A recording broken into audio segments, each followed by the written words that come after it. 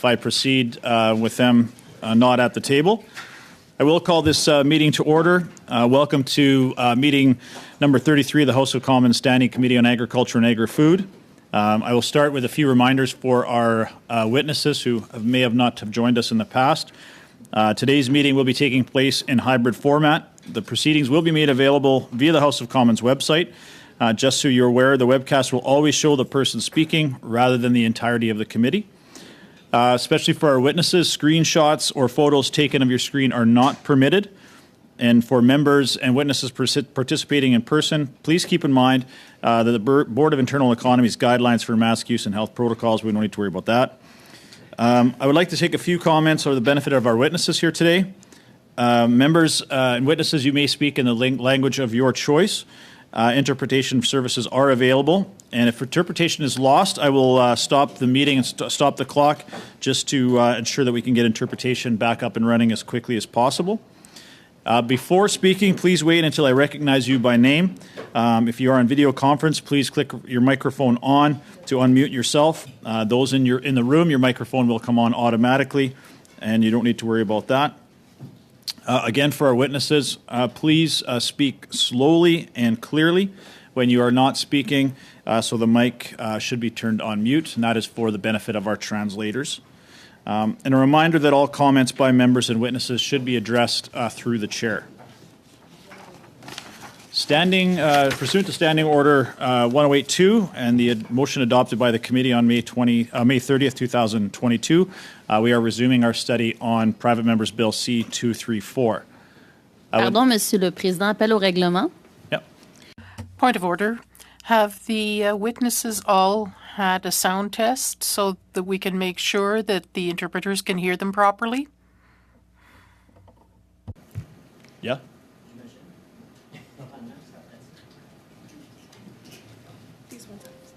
Yeah. Yes. Yeah. Oui. Second panel, no. Oui. Okay. So I'd like to welcome our witnesses for the first panel. As an individual, we have Richard Gray, professor from the Department of Agriculture and Resource Economics from the University of Saskatchewan by video conference. We have Tristan Skolrud, associate professor, University of Saskatchewan, also by video conference. And from the Canadian Federation of Agriculture, we have Mr. Todd Lewis, second vice president, and Frank Anu, thank you, director of Environment and Science Policy. Each witness will be given up to 5 minutes for your opening remarks. Afterwards, we will proceed with questions from our colleagues. And I will give you a signal. I'll just raise my hand when you have about 1 minute left in your presentation. Welcome, everyone. Certainly looking forward to the testimony today. And now we'll start with Professor Gray. You have the floor for 5 minutes. Thank you, Mr. Chairman.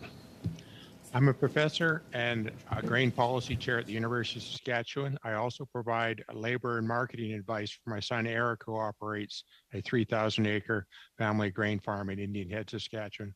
And by the way, we rely on grain aeration and do not own a grain dryer. In the absence of explicit policies that recognize the role of crop production plays in the removal of atmospheric carbon, I'm in favor of the tax relief offered in Bill C-234. I would go further to advocate public investments in research and extension and direct producer support for investments in less greenhouse gas intensive grain drying and heating options. As a well-trained economist, I understand that pollution pricing is an efficient way to incorporate external pollution cost into private decision-making.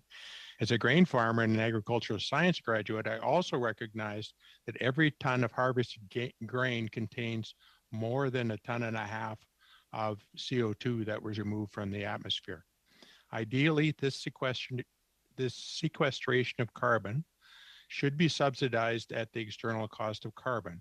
Similarly, when grain is consumed or burned, the carbon emission should be taxed at this same rate. Unfortunately, neither the sequestration of carbon in grains nor the emissions from burning grain are included in the global greenhouse gas accounting system.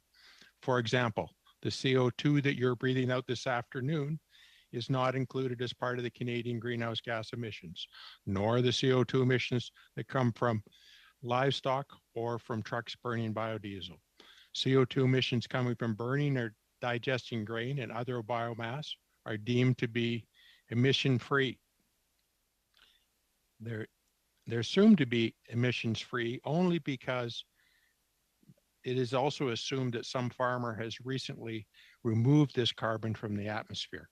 While treating biofuel emissions as carbon-free works well for the biofuel industry and consumers, the farmer that has actually removed the carbon from the atmosphere receives no explicit credit for this sequestration. I first realized this flaw in greenhouse gas accounting about 3 years ago, looking at about 4,000 tons of harvested grain, all rich in carbon, all of which had come from the atmosphere. Since then, I've done a lot of reading and discovered that Searchinger and others published an article in 2009 in Science, perhaps the most prestigious journal in the world, entitled Fixing a Critical Climate Accounting Error. Despite over 600 citations to this important article, the flaw in the accounting system is not being addressed. By not measuring grain-related emissions, the incomplete accounting creates strong incentives to use grain to produce biofuels. However, because the grain sequestration is not measured, there's no corresponding incentives to produce the additional grain required for the biofuel. Searchinger and many others, including myself, argue the effect of this is higher grain prices, increased food insecurity, and the carbon-intensive clearing of rainforest and peatlands for agricultural production. Given that it's unlikely Canada can change this flawed international accounting, Canadian policy makers need to keep a fundamental policy trade-off in mind. If the Canadian taxation of greenhouse gases or other policies result in fewer grain exports, these reduced exports will increase international grain prices and will have to be accommodated in the rest of the world, either through reduced food consumption or increased greenhouse gas emissions elsewhere. By removing the taxation of grain for grain drying, I believe the amendments contained in Bill C-234 may approximately align with this broader global perspective. Finally, Mr. Chair, I recognize the enormous power of research and innovation to solve these problems. Finding ways to effectively reduce greenhouse gas emissions is an important public good problem that requires public investment. Research investment is needed to continue to develop more sustainable grain dryer and heating options. Programs that help producers to benchmark their emissions relative to similar farms may help them identify opportunities for reduction. And finally, using subsidies to increase investment in more efficient systems can reduce emissions without jeopardizing our grain production that is needed, so much needed in the rest of the world. With that, Mr. Chairman, concludes my remarks. Thank you very much, Mr. Gray. I'm right on time. Now we'll go to Mr. Skolerud for 5 minutes, please. Thank you, Mr. Chairman. I would like to thank the committee for the opportunity to appear today to discuss Bill C-234, which would eliminate carbon pricing on a farmer's use of natural gas and propane for grain drying and heating. The issue of carbon pricing in agriculture is contentious and complicated for many reasons that are already well understood by members of this committee. Food is perhaps one of society's most basic and pressing needs, and any measure that increases the cost of producing food is understandably met with a great deal of trepidation. However, Canada has also pledged to reduce emissions by at least 40% below 2005 levels by 2030, with a goal of net zero emissions just 20 years later. It would be prudent to achieve this goal at the lowest total cost to society. There are low-cost mitigation opportunities in the agricultural sector that could be exploited to keep the cost of this GHG reduction goal as low as possible. But despite the fact that the agricultural sector accounts for approximately 10% of Canada's total GHG emissions, the Greenhouse Gas Pollution Pricing Act has used a mostly laissez-faire approach for the sector, leading to the exemption of well over 8.2% of Canada's total GHG emissions from carbon pricing. Bill C-234 seeks to expand that exemption to one of the few remaining areas of agricultural emissions covered by the Act, grain drying and heating. To understand the economic implications of this amendment, especially with respect to grain drying, I would like the committee to bear in mind the following points. When the price of an input increases, there are two effects for farms operating in competitive markets. One effect is to substitute, to change to a different set of inputs that haven't been as influenced by the price change. At the current state of technology, this effect is minimal, relying on changes to harvest practices that will vary by region, weather, and crop type. The other effect is to reduce output, but in this case, the size of the price increase is unlikely to elicit a strong output effect. At current crop prices, it's still profitable to dry even at a higher cost. It may be that producers choose to dry their grain slightly less than before to ensure that they do not pay more to dry than they would earn from having drier grain. But producers may be unable to make this adjustment if they're selling to grain buyers with specific moisture requirements, which is common. So, with limited changes in producer behavior, there will be limited reductions in GHG emissions from grain drying before greener alternatives become available. However, removing the carbon pricing exemption will have an effect on the investment in grain drying alternatives that emit fewer GHGs. The development of greener alternatives will require significant private capital, and if grain drying is unregulated, the signal to private capital will be lost.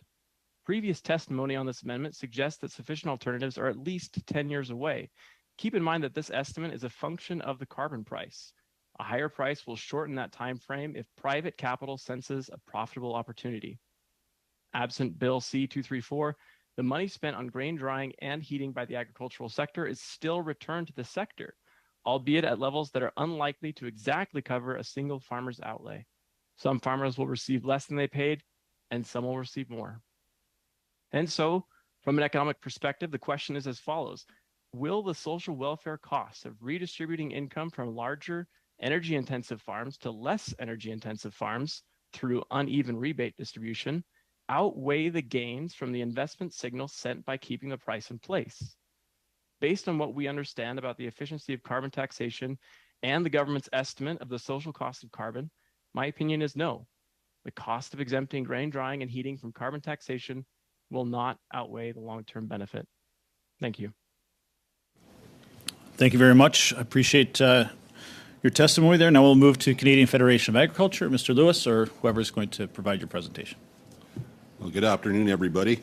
My name is Todd Lewis. I'm a grain, lentil, and canola farmer from Gray, Saskatchewan, and second vice president of the Canadian Federation of Agriculture. And I am joined today here by our Environment and Science Policy Director, Frank Anu.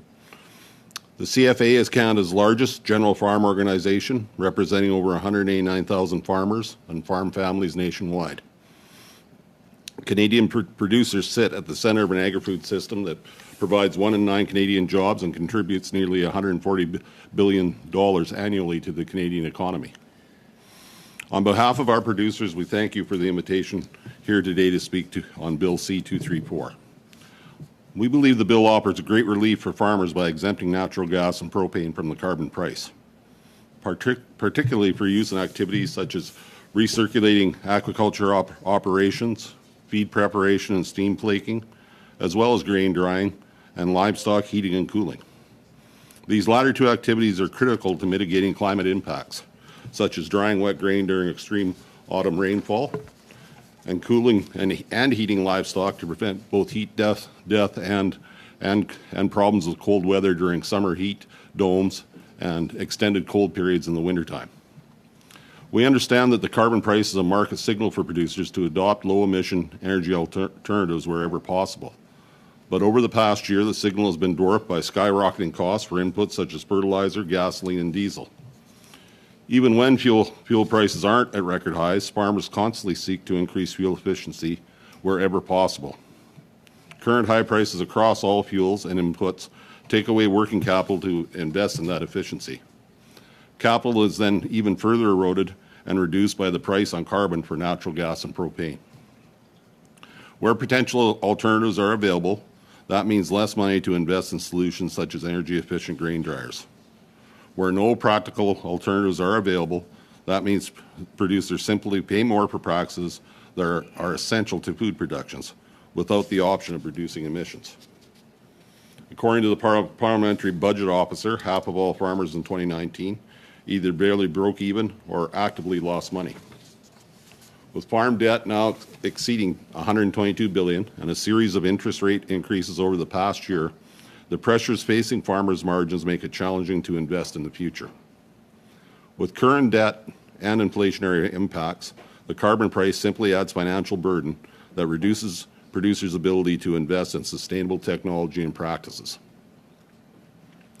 However, by ensuring the farm fuel exemption of the Greenhouse Gas Pollution Pricing Act is truly reflective of critical on-farm practices, Bill C-234 allows farms to respond to market signals by freeing up cash to invest in emission reduction solutions, including precision ag technology, solar panels, anaerobic digesters, and future innovations as they become available. Now, we do respect the recent efforts with Bill C-8 to provide relief to farms through carbon rebates. Unfortunately, these efforts do not adequately respond to the highly variable fuel requirements and carbon price impacts of different forms of production, regions, and climate conditions experienced by farmers across Canada. The inclusive exemption proposed under C-234 is the most targeted means of ensuring carbon pricing isn't unduly taking away capital needed to make timely investments in the sustainability of their operations, where no viable alternatives exist today. Even without the carbon price, farmers are constantly focused on reducing input costs and adopting efficiencies. Farmers are on the front lines of climate change. We are stewards of the land who are invested in the long-term sustainability of our natural resources. We're also climate solution providers, sequestering millions of tons of carbon, protecting biodiversity in grasslands, and utilizing the latest technology to reduce fuel and water use. This has resulted in a 50% decrease in emission intensity from 1997 to 2017. C-234 will help producers drive emissions even lower by allowing them to remain competitive while making investments in sustainability. Canadian producers strongly support this bill, and we at CFA strongly encourage its timely passage through Parliament. Thank you again for the opportunity, and we look forward to questions. Thank you very much, Mr. Lewis. I appreciate your testimony. I just want to let the committee know as well, we have Ms. Gladue subbing in today for Ms. Rood. Welcome, Ms. Gladue, to the committee, as well as Mr. Massey subbing in for Mr. McGregor. Appreciate you coming. And Madame LaRouche, bienvenue pour Mr. Perron. Welcome. You're replacing Mr. Perron. To the Conservatives, and Mr. Steinley, you're up for 6 minutes. Thank you very much, Mr. Chair, and I appreciate everyone being here. And there was a lot of numbers that came out this afternoon about where we're at with carbon and carbon sequestration in particular. I know Professor Gray said for every ton that's taken out, that ton has sequestered 1.5 tons of carbon. Mr. Gray, is that where is that? Is that an estimation, or do you have data to prove that?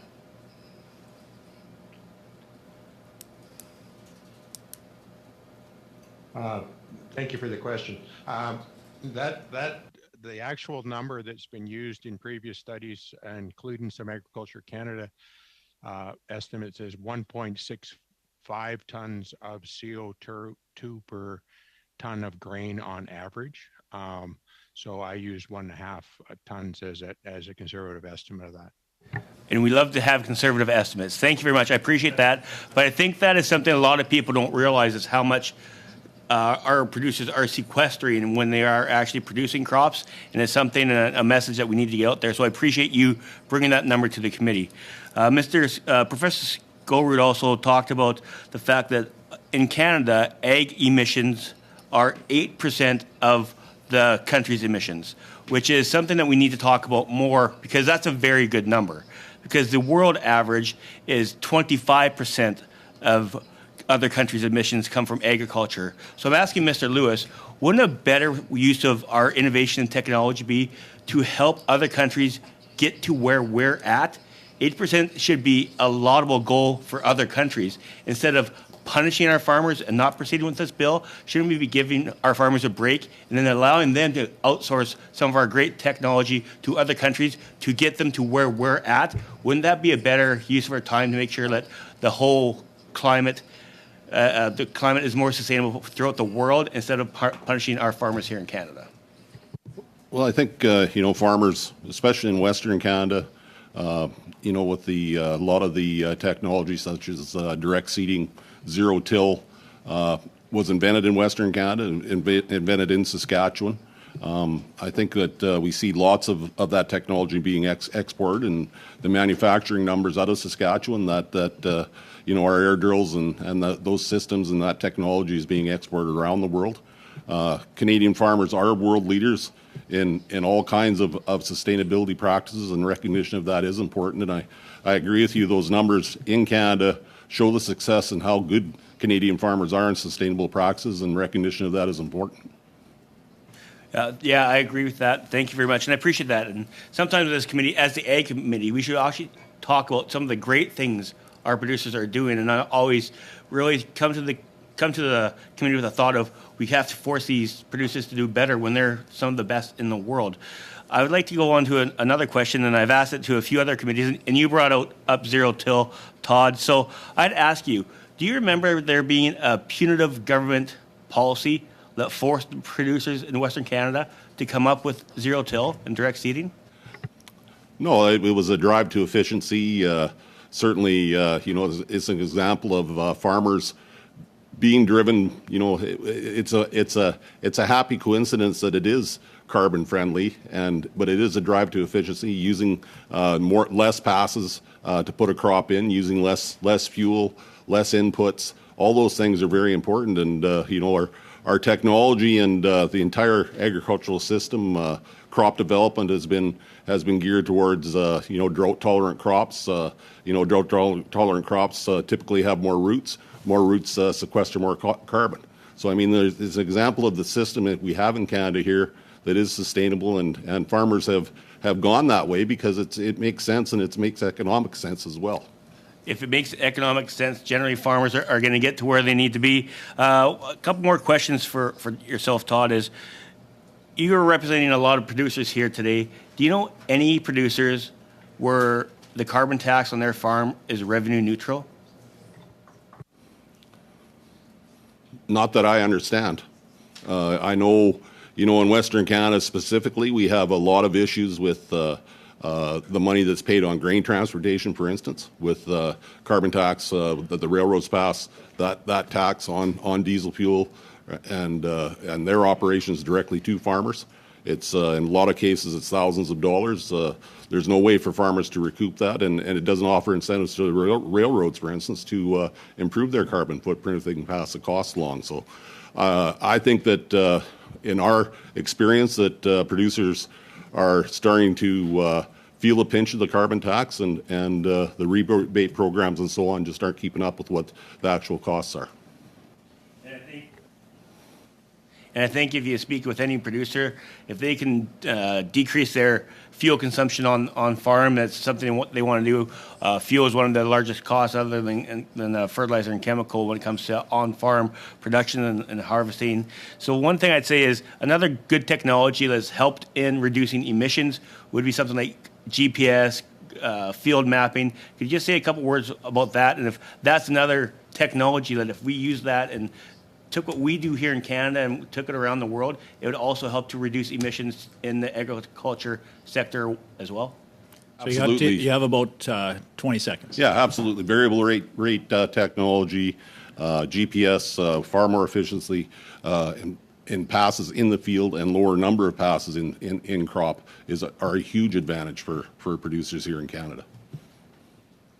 Thank you very much, Mr. Stanley. Now to Ms. Valdez for 6 minutes, please. Thank you, Mr. Chair, and thank you to the witnesses who have joined us today. So through you, Mr. Chair, I'll direct these questions over to Professor Skolrud. So last week, a witness from David Suzuki Foundation had said, quote, carbon pricing reduces transition costs. What would you say to those who are skeptical of moving away from fossil fuels?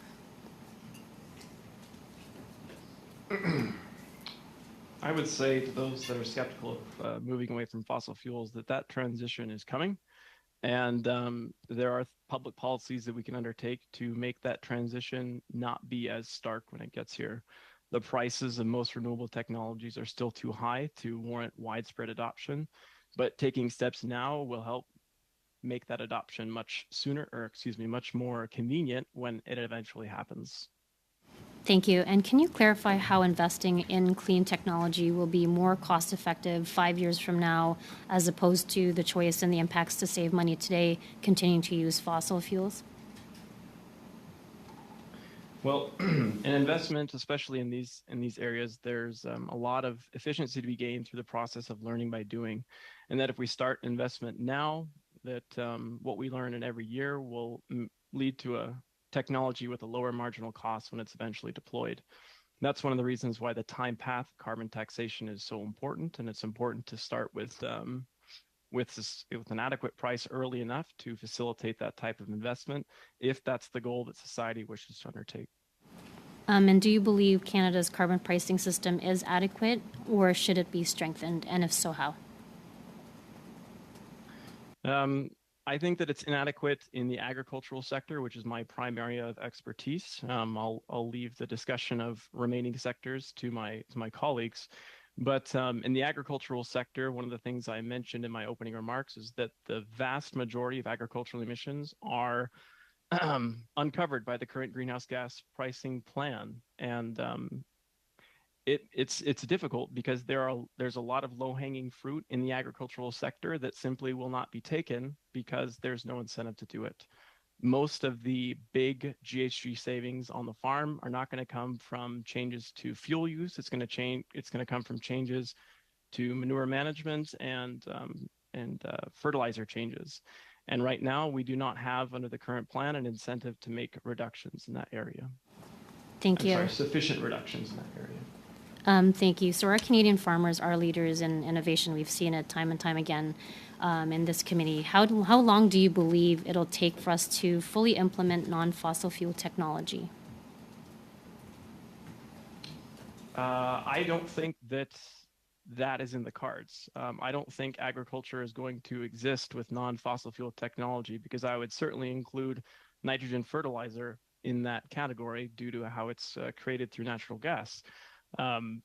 I think that the best that you could hope for, if your goal was to reduce or eventually get to net zero, as the Canadian government has stated, is to get nitrous oxide emissions in line with the rate that's suggested by the social cost of carbon. But agriculture is not going to get to a place where no fossil fuels are used in the near future. Thank you. Over to you, Mr. Lewis. Same question to you. With your experience with farmers, what can we do to help provide a more eased transition for farmers? Transition to not using fossil fuels. Well, I think research and development, putting money towards existing technologies to improving them, and new technologies. Farmers are early adopters of technology and always have been. So as they become available, if they make practical sense, farmers will use those practices. But as to what the professor said, it's difficult to envision how to replace a 600 horsepower tractor with an electric motor under current conditions. So it will be a number of years until we get there.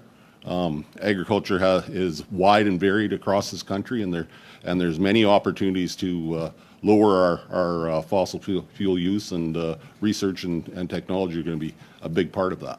And the professor mentioned incentives and it's definitely needed for farmers. Do you have any ideas or anything you can share with this committee that we can help with that? Well, to the previous question, I think if it makes sense economically, farmers will pursue it. And but at the same time, it's got to be a balancing act. You can't have things over-regulated so that the money doesn't stay in farmers' pockets, so they can make those choices to improve their technology. Thank you. You have about 1 minute left, Ms. Aldez. I'm good. Okay. Yeah. Thank you very much. Appreciate that. Now to Madame LaRouche pour 6. Ms. LaRouche for 6 minutes, please. Thank you very much, Mr. Chairman. And I wish to thank all the witnesses today for having been with us and testifying about the many challenges facing the agricultural world today. My first question is for Mr. Richard Gray. After doing some research on your work, I've seen that you addressed infrastructure innovation in agriculture in particular. Do you personally know viable alternatives for propane for grain drying? I heard you mention that. I'd like to hear a little more about it, please. It's the available technologies are actually on a continuum, and it depends very much on the crops grown, the moisture content of the grain, and frankly, the harvest conditions in each year. If the grain is slightly over moisture, aeration is a very good way to condition that grain and bring it into line with moisture requirements. And grain aeration requires far less energy, for example, than propane drying would. And that's tends to be what we employ on our farm. If the moisture content is higher, that's where additional natural gas is required. I think that's a particular issue for crops like corn, which are taking off later in the season.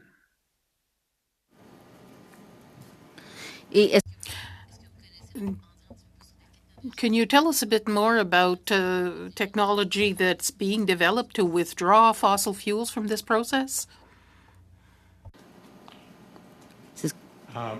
Well, a good example in the case of heating, for example, is the use of heat pumps and electrically driven heat pumps, which may be solar collectors in combination with heat pumps, and may reduce the greenhouse gas footprint of heating systems, for example. So there's an example. In grain drying, I don't think we've really explored all the ways in which you can put drier air into grain other than just heating it, condensers and other things. But again, that's up to the technology experts to develop. But and some of that will come as it becomes apparent that we need to find more greenhouse gas efficient technologies.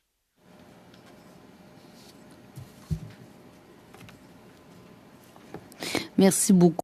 Thank you very much, Mr. Dray, for appearing before the committee. Now, I'd like to turn to the representatives of the Canadian Federation of Agriculture, Mr. Lewis and Mr. Anno. Do you know if the carbon tax exemption is as important for grain drying as for heating and cooling of agricultural buildings? Is this what you're hearing from your members, or in your opinion? Well, I would say that they're both equally important. If you need to dry your grain, remember, it's not something people are doing just because it's it's to save that grain. If it's not at the proper moisture content, it'll spoil. It'll become unsellable. You'll have all kinds of problems during storage and trying to move that grain later in the year. Same thing when it's minus 40 out and you're trying to heat your chicken barn. There's no choice. You have to have the thermostat turned up and protect your livestock. So it's for practical purposes. Both are very important. And I think that in the instance of grain drying, it's one of our biggest climate mitigation practices. That when we have extended periods of wet weather in the fall or a late fall, it's one of the few practical solutions we have that has really developed over the years, and it's really saved millions and millions of bushels and literally billions of dollars to the Canadian economy to have that technology used by producers. J'entends que pour tout ça, It seems to me that we need some time for all this. What would be the optimal duration for the exemption from the carbon tax until there's alternatives that come into play? Pollution should have a price, but should the sunset clause be perhaps appropriate? Target, and if a sunset clause is something that could be used to recognize when new technology is available. I use an example for grain drying, burning of straw to dry grain. That sounds like a practical solution, but a lot of Western Canada, for instance, where a lot of the grain drying is done, I've never had a baler on my farm. We don't bale straw. So you'd be looking at buying new equipment and putting up straw in a dry year, hopefully, to have it sitting there for potentially, if it was a wet year the next year, or 2 years down the road, or 3 years down the road, when you use your grain dryer. So it just isn't a practical solution. And I think those are some examples that as technology improves, there'll be other things come. Maybe we'll all be using pellets someday to dry our grain. But that technology doesn't exist right now, and the infrastructure isn't there for it. donc j'entends que le So what I'm hearing is for the reasons you've invoked, before we see things evolve and even have the time to acquire new technology, that 10 years is appropriate or inappropriate?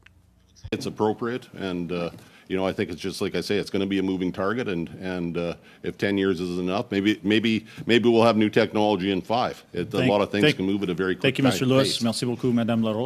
Thank you, Ms. Laroche. Mr. Massey for 6 minutes, please. Thank you, Mr. Chair, and it's nice to be here. Mr. Skolard, I just want to make sure I have your position correct. You're concerned about a bill like this because it could act as a disincentive for innovation. Is that correct? Did I hear that correctly? Yep, that's the cost that I identified. You did mention an issue about like low-hanging fruit that isn't being accessed right now. If there was, I guess, a movement on this bill and it did actually provide some targeted incentives for that low-hanging fruit, would that be something that might be of an interest in the sense that a temporary measure to bridge the gap? I'm from the auto industry, and so we've been dealing with incentive models for a long period of time and so forth. So I'm just looking, is that you think that's a reasonable bridge between the two? Oh, absolutely. And I wouldn't even consider it to be a bridge. I would consider it to be a good practice to leave in place. I mean, if a farmer is subjected to higher carbon taxes through grain drying, they should have the ability to implement 4R at a higher rate, for example, to reduce emissions that way at a cheaper cost. And if they could offset the carbon tax that they were paying in grain drying by substituting to some other practice that they could see a benefit from in terms of carbon tax revenue reductions, that would be a win-win, and it would lead to fewer greenhouse gas emissions. Okay, excellent. I'm going to move to Mr. Gray and Mr. Lewis. Now, with the type of, I guess, this bill, laid out the way it is, the amount of money, if it was even allowed farmers to plan for 10 years in terms of that relief, do you think there's enough in here to warrant it to be meaningful, especially if it was targeted to those things that actually reduced emissions and provided some relief for farmers? Maybe Mr. Gray, so you're not left out, then to Mr. Lewis, if you don't mind, Mr. Lewis, so he's not left out being virtually. Mr. Gray, please. I believe that certainly 10-year window is a time to respond to some of things, but again, you have to identify the specific technologies. You can't talk generally. There has to be specific technologies that are developed to, or in the wings, if you like, that can be implemented. So I think I'll leave it up to Todd to mention specific examples. So I'll pass with that. Thanks. That's good. I'm a big fan of the carrot stick approach. So as long as you have the appropriate ones available, so it's a great answer. Mr. Lewis, please. Well, I think an example of like the professor talking about offsets and so on and recognition of it. That's an important part of what producers want to see and need to see. But that needs time to be developed as well, and we're not there yet. And but we are paying this carbon tax today, and it's coming out of producers' pockets today, right as we speak. This year's drying costs are increased because of the carbon tax. So I think that's an example of something that very practically it's pinching producers' ability to invest in new technologies before we even get some of these technologies off the ground. And that's what farmers are saying. Let's get these programs developed, and then we can offset things, do those kind of things. But the carbon taxes come first, and that's very difficult for producers to deal with because it's money out of their pockets today. And with interest rates raising as well, too, to borrow in terms of innovation, it's going to become a greater struggle, and we should probably be looking at low interest rate loan programs or something along that lines, because that's a concern. Would it be fair to say that, and I'll leave it to you that maybe some farmers, because I'm worried also too about like if we don't dry it properly, then you've just wasted all that greenhouse gas emissions and all the other environmental and other things beforehand if it gets a damaged product. So that's a complete write-off altogether. Is it fair to say that sometimes farmers struggle to decide on how much to do in terms of and the cost associated to that for their products? Is that something that's happening out there or not? Well, I think what ends up happening is we have examples, and I know of people that haven't bought new dryers because of the cost involved, and they're not cheap things to buy. They're not something that's used every year in a lot of grain operations, so they stick with the old dryer, and once again, then they're paying the carbon tax on propane. Typically, natural gas dryers are more efficient than the propane ones.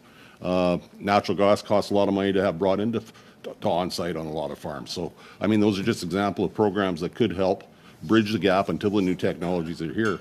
But, as it sits right now, a lot of producers are having trouble funding more efficient grain dryers. That's very significant. Thank you. Is that all my time, Mr. Chair? Okay, just one last question then, Mr. Lewis.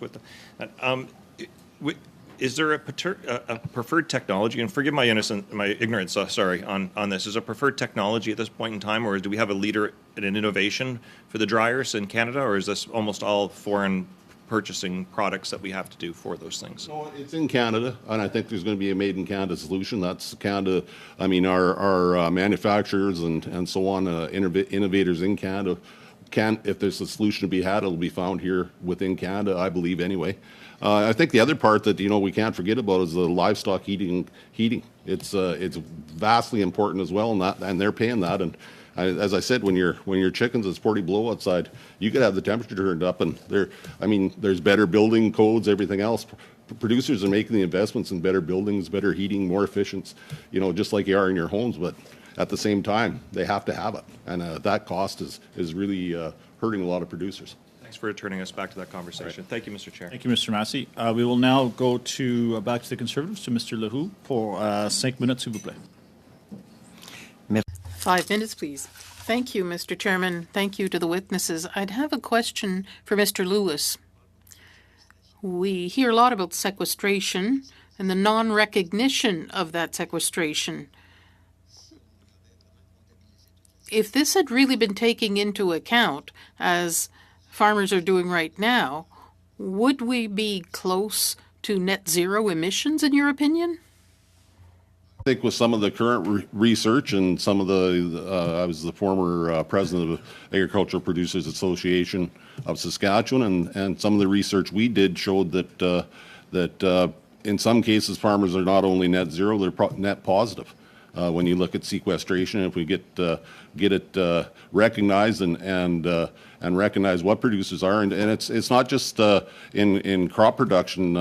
Our livestock producers are some of the best management of grasslands anywhere in the world. We're world leaders in it as well. So I think producers, and it's not only in Western Canada, it's Eastern Canada as well, that our producers are world leaders in it, and I think recognition of that will be really important to get to net zero. Je pense que c'est très, très clair. I think that's a very clear answer you've just given us. Right now, farmers are already feeling the carbon tax, even for the current season, and it'll be even worse next year. We're talking about $45,000 that's required to be spent because of the carbon tax.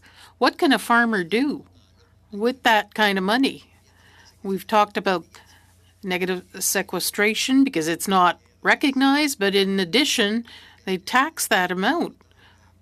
What could the average farmer do with that kind of amount? Be something as simple as buying a new tractor. For instance, that would make a payment on a tractor, or maybe buy a new tractor, and chances are the tractor, that new piece of equipment, has a level 4 engine opposed to as a level 1. So his emissions are actually being reduced with that investment in the new technology. They may have a variable rate program for their air drill. That's another example of something that can lower your carbon footprint. So there's lots of opportunity if you have the money in your pocket that it's more efficient, and that's what farmers are looking for, the drive to more efficiency, because they save money. And that's example of where farmers, if they have the money in their pocket, it doesn't go in the bank; it gets spent. That's the one thing. The one thing with farmers, if the money's there, they spend it, and typically it goes to better driving new equipment, and new equipment is more efficient. Dans l'ordre d'idée que vous avez. Given what you mentioned earlier, some farmers, of course, are not as great performers as others. Perhaps the problem is investment. Should there be greater support for investment for all agricultural producers? Maybe some of them are not in the vanguard of technology exactly. I think that the programs are in place for producers so they can get into the technology. They will take the opportunity to do so. a big step to make those investments, especially in the larger equipment, but even small things like improving the insulation in your barn. It can make a huge difference on your heating bill. And if they have the money in their pocket to do it, or a program perhaps to replace furnaces, those kind of things, it could make a huge difference in carbon footprint for small and big producers. OK. Peut-être juste une question. Perhaps a question for the professor, Mr. Gray. When we were talking about sequestration earlier, in all the research you conduct, why aren't we any more advanced than we are in recognizing sequestration by farmers and what they do on the ground? Thank you for the question. I think it comes back to the very early decisions that were made in the international accords, and at that time we didn't know a lot about the emissions or the sequestrations from agriculture, so they got excluded. And because they're excluded, it's a bit like the QWERTY keyboard on a typewriter. It never really got changed. And so I think some of it comes from the fact that we have an international agreement that it was set up at a time when we didn't understand enough about agriculture emissions. Thank you very much. Thanks, Mr. Gray. Merci beaucoup, Mr. Thank you, Mr. Leroux. To wrap us up for this panel, Mr. Lewis for 5 minutes, please. Thank you, Mr. Chair. Appreciate that. Busy typing so many notes, I forgot it was my turn. I want to thank all the witnesses for being here. I appreciate it. Maybe I would turn to the Canadian Federation of Agriculture, the other Mr. Lewis. We've mostly heard concerns about carbon pricing regarding to grain drying. And you mentioned today that you're saying we don't have alternatives to reduce GHG emissions in that regard. But I wanted to focus more on barn heating. We mentioned it a bit, and we heard from Dr. Gray about the use of heat pumps to reduce footprints and heating. You've said some lower tech solutions. What alternatives exist? What is the uptake right now, and how can we incentivize those things? Well, when it comes to things like barn heating, I think if you even look at just common residential practices, when you're asking people to improve the efficiency in their homes, better insulation, more efficient furnaces, those kind of things, right? And I think water heating is also important in a lot of livestock operations, the dairy operations, and so on. So I mean, it's a package that I think is available, and at the same time, you got to realize that a lot of modern agriculture is already at the top level of well insulated barns and using efficient heaters and everything else too, and recognize that too. I mean, if you're using the best technology available, it's hard to improve on it. And I think that's what some of the frustration farmers are feeling, that there's always improvements that can be made, but when you're paying the carbon tax on something like all your natural gas and you're already at the top level as far as your barn's brand new, your furnaces are brand new, and you're still getting the carbon tax, it's very frustrating for producers. Thank you for that. But you would be in favor then of working together with the government on some programs that would incentivize taking these measures to lower emissions? Oh, absolutely. Farmers, I mean, I think our producers are as I say, we've in my previous answers is that, producers are interested in being more efficient, and of course, any improvement, it puts money in farmers' pockets. Thank you. Appreciate that. And you also mentioned, Mr. Lewis, that agriculture in Canada is wide and varied. Those are your words. And the federal price on pollution is only being applied to provinces that don't have their own price on pollution. Any province or territory can design their own system that's tailored to their needs, geographically or otherwise. And most provinces have done so. So what kind of advocacy or conversations have the Canadian Federation of Agriculture have with the 4 provinces who have not taken action? Have you had meetings? Have you asked for more localized solutions from the provinces? We've the negotiations between the provinces and the federal government. It's something that farmers really can't be involved in. I mean, it's between the provinces. We all want to see cooperation between governments, and it's important to remember that those 4 provinces that don't have those agreements really represent the vast amount of percentage of agriculture in this country. So we're caught in agriculture in a spot where we don't have those agreements, we don't see the cooperation, and farmers are kind of caught in the middle now, paying this tax and really, with the provinces and so on, we're hoping to see the provinces and federal government work it out, but it's really a difficult spot for farmers to be caught there, and it's cost us money out of our pockets. And when we see it compared to the provinces that do have agreements in place, it creates an uneven playing field as well. And it's difficult for farmers that there's this country is vast, and we are competing with not only farmers in other jurisdictions, but across the nation as well. And those farmers that are paying the carbon tax feel the pinch, and it's a non-competitive thing as well, or a competitive issue for a lot of those producers. But would you see the advantage of working like within a province to try and specialize needs within those provinces? Yeah, again, I mean, absolutely. That's a good practical solution. But boy, for farmers to try and get provincial politicians and federal politicians to cooperate, that's a big ask. Well, I understand that. Well, and I appreciate you advocating for me. I'm out of time. I had more questions, but I'm out of time. Thank you. Well, thank you very much to our witnesses and certainly to my colleagues for some great questions today. We will now just recess for a few minutes to switch up our witness panels and everybody take a little bit of a break. I know my Apple Watch is now telling me to stand up, so. But Mr. Lewis, Mr. Anu, and our witnesses that are here by video conference, thank you very much for all your testimony and your knowledge. It's much appreciated, certainly, and thank you very much for being here. And we'll take a 5-minute break.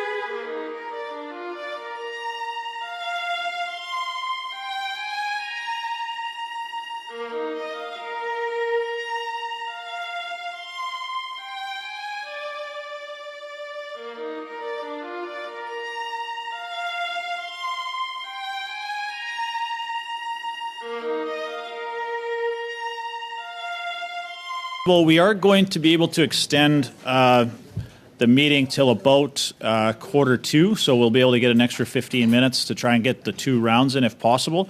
But we do have 4 witnesses, which makes it a little bit tighter for time. But we wanted to make sure we could get all of these people who wish to be a part of this study here. So we'll try and move things along as quickly as possible.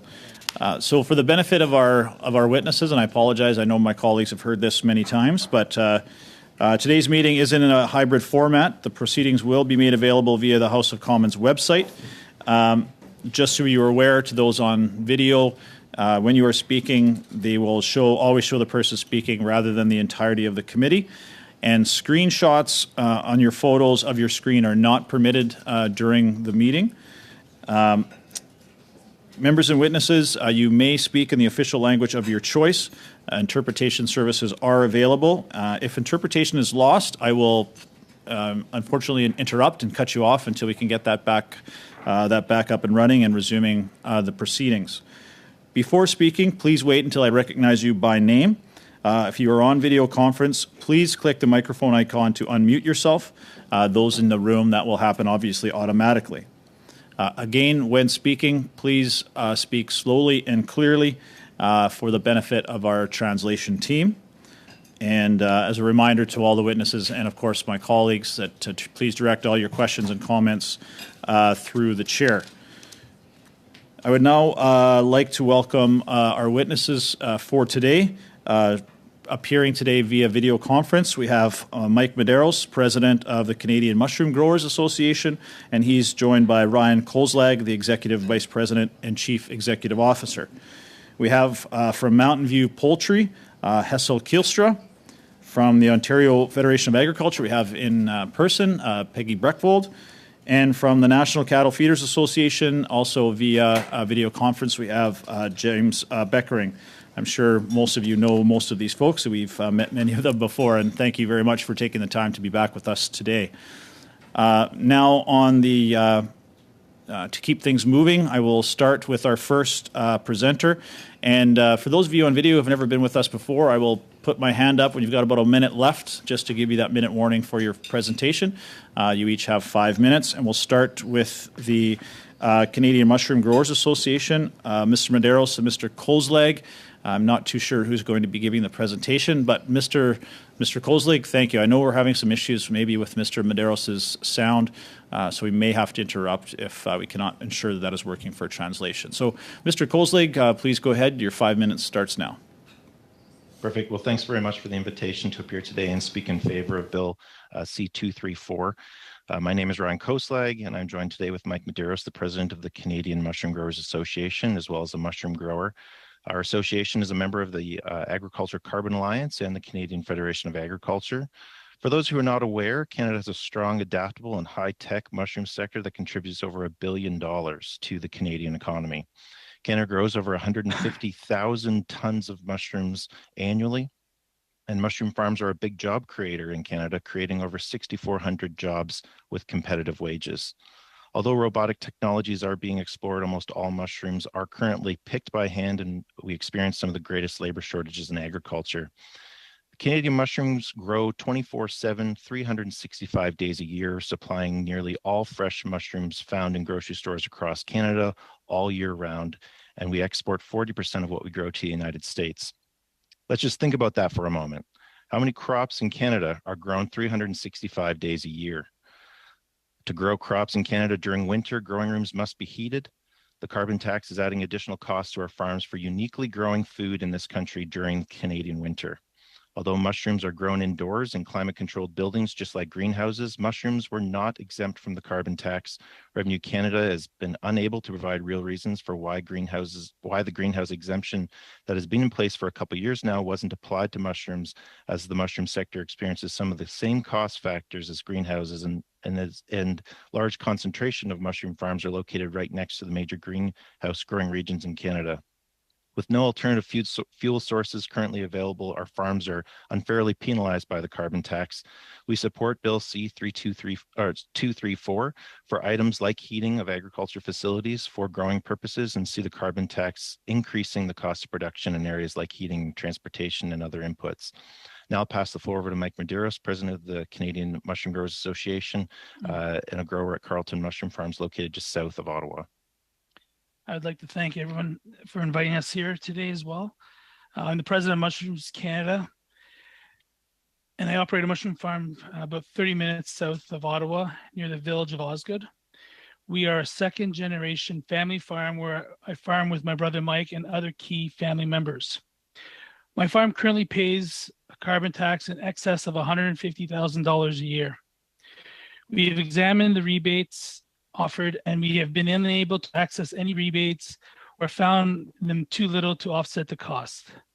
With a new tax year and difficult year, the cost over and above the increasing heating and inflation costs, transportation and compost have doubled in many cases.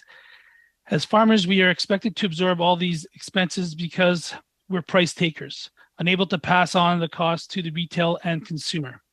The carbon tax is added directly to our farm inflation costs, not to mention the ongoing precautionary COVID measures.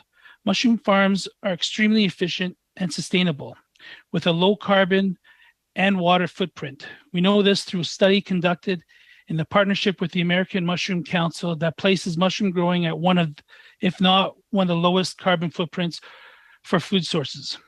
Mushrooms are extremely healthy and nutrition food source grown in Canada, and we use recycled materials such as straw and poultry manure to turn into compost. Again, our industry supports Bill C-234, and we are happy to answer any questions you may have. Thank you. Thank you very much. We will now move on to meet Mr. Kielstra for 5 minutes, please. Thanks, Mr. Chair, for allowing me to speak to the committee. I'll just read through what I had sent earlier. I strongly support Bill C-234. As you are reviewing the impact of the carbon tax in various farm industries, I would like to point out that it challenges the very viability and sustainability of our poultry operations in the province of Alberta. In particular, I struggle with the application and impact of the carbon tax on the natural gas we use in our farming operations as we raise broiler chickens. It increases the cost of raising broiler chickens, and we can't recover these increased costs partially with price increases, but really most of it won't. It is a burden on our operations. It is also at cross purposes with the intent of the carbon tax. If I understand the intent and philosophy behind the tax, it is meant to reduce the use of fossil fuels. Herein lies the conundrum for us. We need to use a certain amount of natural gas to heat our barns and to a certain temperature, 30 to 31, and even sometimes higher, in order to raise chickens and get them into the food chain. If we follow the intent and philosophy behind the carbon tax and reduce the needed temperatures for raising chickens by cutting back on natural gas, we will have chickens that suffer, and most of them will die because of lack of proper temperatures. This, in turn, would leave us vulnerable to charges of animal cruelty, so we obviously will not and cannot reduce our consumption of natural gas. As a committee filled with intelligent individuals, you all will understand that we cannot follow the full intent and spirit of the legislation. Please change the legislation via Bill C-234 and remove the carbon tax on natural gas that we specifically use along with other farmers on chicken broiler farms. We have always felt honored to be in the position to provide Canadian consumers with quality chicken meat and wish to continue to do so. As for financial viability, we face the following. Every $10 per ton of carbon tax costs us significantly more each month, and when the cost goes to the intended level of $170 per ton, our cost will rise to an average of approximately $40,000 per month, or approximately $480,000 per annum. These amounts of carbon tax will destroy the viability of our chicken operation and many other operations in the chicken industry. This definitely was not the intent of the architects of the carbon tax. These are the unintended consequences that can occur even with the best intentions and now must be subsequently corrected and fixed. Hopefully this helps you in your deliberations. If necessary, I'm available in a number of different forms. I also took a page and showed what we paid in the last year. And we paid in the last 12 months $106,000. And then the projected at $170 per ton comes to $475,000. So it's a problem for us and for many others. And I think most of it speaks for itself, but we can dive into more particulars in other ways. We would love to see this removed, and always remember that no matter what we do, we still have the bill of paying the utilities that we consume. So this is just an extra tax on us of $475,000 in some years to come, but right now at $106,000. Much, Mr. Kielstra. I'm glad that you were able to fit you in this committee, and appreciate your testimony. Now we'll go to Ms. Breckveld for 5 minutes, please.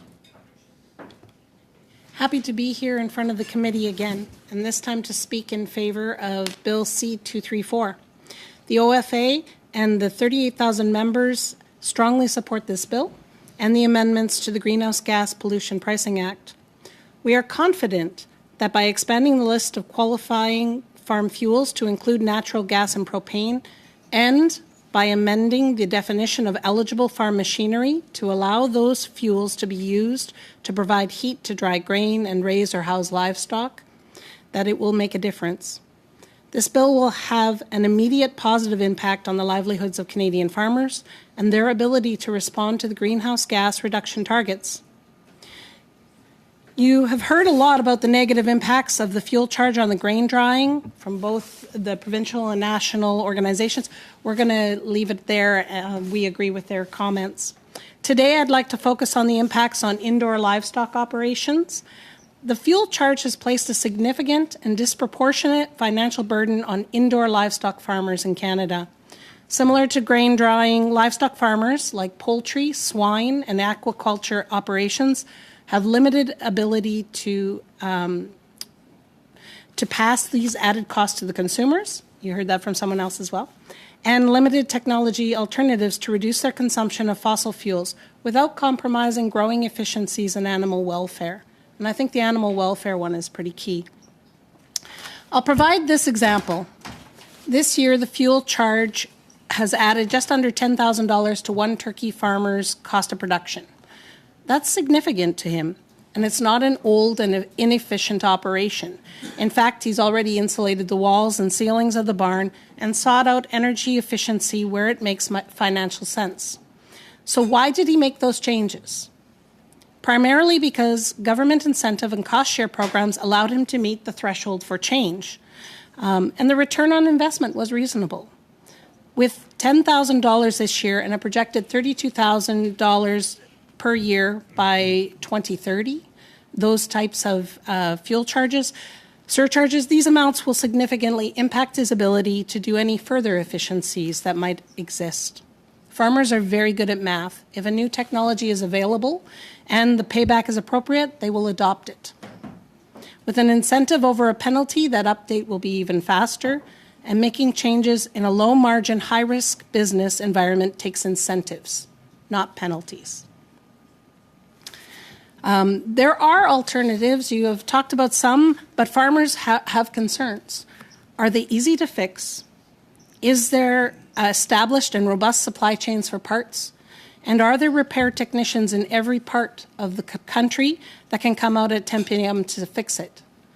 Because if there isn't, quality can be damaged and animals may suffer. And do they have a return on investment that farm businesses can work with? Are there any actually any better, or are they any better, or are they simply shifting the carbon emission to something else? These are questions that farmers have, and that's why we say there are currently no significant viable alternatives. There needs to be a transition. The nature of agriculture production means that farmers are always looking for ways to reduce costs and improve efficiencies. However, most technologies do not eliminate the need for fossil fuels in agricultural production. In the agricultural sector, the cost of energy alone without the fuel surcharge applied is already significant price signals to drive improved efficiencies and reduce consumption. As I indicated earlier, incentives are powerful and proven mechanisms to help accelerate the pace of technology adoption in the agriculture sector compared to penalties. Removing the fuel surcharge will free up capital that can be leveraged with cost share programming to invest in innovations that can reduce emissions from the farm. The last thing I'd like to add is that the point of a fuel surcharge is to change behavior. And farmers must heat or cool our barns. Completely changing this behavior is not a realistic option. In fact, when the pricing actually drives the price margin down to nothing, it drives people out of business. Last week I was here talking about global food insecurity. If you can't have both, you have to still make a profit. Otherwise, farmers will just stop farming. And we have to be careful with that. If Canada has a desire to impact global food insecurity or even feed our domestic markets, that isn't the change that anyone wants to see happen. Again, we support the bill, and we look forward to further conversation on this. Thank you very much, Ms. Breckfeld. I appreciate your testimony. Now to Mr. Beckering for 5 minutes, please. Thank you, Mr. Chair. On behalf of the National Cattle Feeders Association, thank you for the opportunity to appear before the committee on Bill C-234. The National Cattle Feeders Association is the voice of Canada's cattle feeders. We work to improve the growth, sustainability, and competitiveness of the beef sector in Canada so as to provide a safe, high-quality, and accessible beef supply to Canadians. My name is James Beckering. I am the current board chair of the National Cattle Feeders Association. I also own and operate a cattle feedlot in Taber, Alberta. My feedlot includes a feed mill where I steam flake grains for cattle. Cattle feeders are a critical part of the beef value chain. As a feedlot owner, I receive cattle from cow-calf operations when the animals are between 400 to 800 pounds, and then feed the cattle a high-energy diet to promote weight gain. And when the cattle reach a weight of 1,300 to 1,600 pounds, they are sent for processing. Canada's cattle feeders are global leaders in sustainability, producing more pounds of beef using less land, less water, and emitting fewer GHGs. Environmental stewardship is a critical component of the beef industry's sustainability. Canadian farmers compete globally and require governments to maintain a business environment that fosters success. Canada's regulatory policy and taxation requirements must track alongside those of our international competitors. As such, NCFA has followed Bill C-234 with interest and strong support. NCFA encourages the government and the opposition to expedite the passage of Bill C-234, given the importance of this bill to Canada's agriculture industry. The agriculture sector is currently facing unprecedented challenges driven by supply chain barriers and rapidly escalating inflation affecting energy and input costs. The financial relief that the passage of Bill C-234 would provide is of the utmost importance to the beef sector and to the entire agriculture sector. Today's modern cattle feeding operation uses more than motive fuels such as gasoline and diesel, both of which are currently exempt from carbon pricing when used on farm. Of equal importance are fuels not currently exempted, like natural gas and propane. Bill C-234 would extend the exemption to include on-farm use of these fuels, which are required for day-to-day farming activity, including the heating of processing barns, medical care building, and equipment shops. These fuels are also used for irrigation and also to prepare and process cattle feed, such as steam flaking of feed corn, wheat, and barley. Currently, there are no viable alternative energy options to farmers to operate these essential elements of their farming activity. In fact, the processing of grains through these methods, such as steam flaking, can create feed efficiencies that in turn deliver environmental benefits. Taxing farmers on these methods of delivering feed efficiency will serve to discourage investment in new technologies, opposite of where we should be going. The exemption proposed within Bill C-234 addresses what we consider a simple but significant oversight when the Greenhouse Gas Pollution Pricing Act was put in place. The act should have always included on-farm use of natural gas and propane, as it did for diesel and gasoline.